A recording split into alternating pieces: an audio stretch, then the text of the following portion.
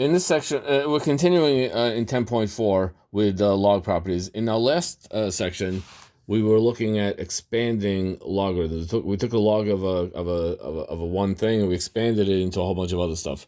Now we're going to do the opposite thing. We're going to look at problems of condensing. So here's what we're going to do.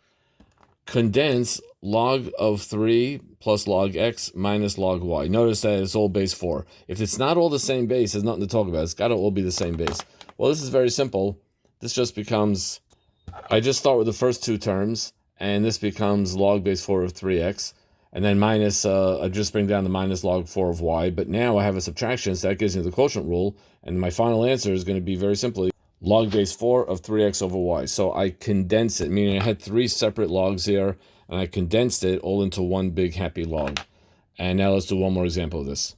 Let's do another example. Condense 2 log of x base 3 plus 4 log of x plus 1 base 3 minus 5 log of x minus 2 base 3. And again, if it's not all the same bases, there's nothing to talk about. But since it is the same bases, I'll start with the first two first.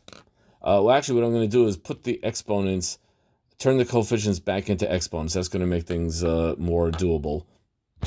Now I can combine these. I can combine the first two and I get a product, and then I do the subtraction and I get a quotient. And at the end of the day, I'm going to just wind up. I can do it all in one shot. I'm going to get my final answer. The log of x squared, the log of this whole quantity, x squared, x plus 4 to the x plus 1 to the fourth, x minus 2 to the fifth.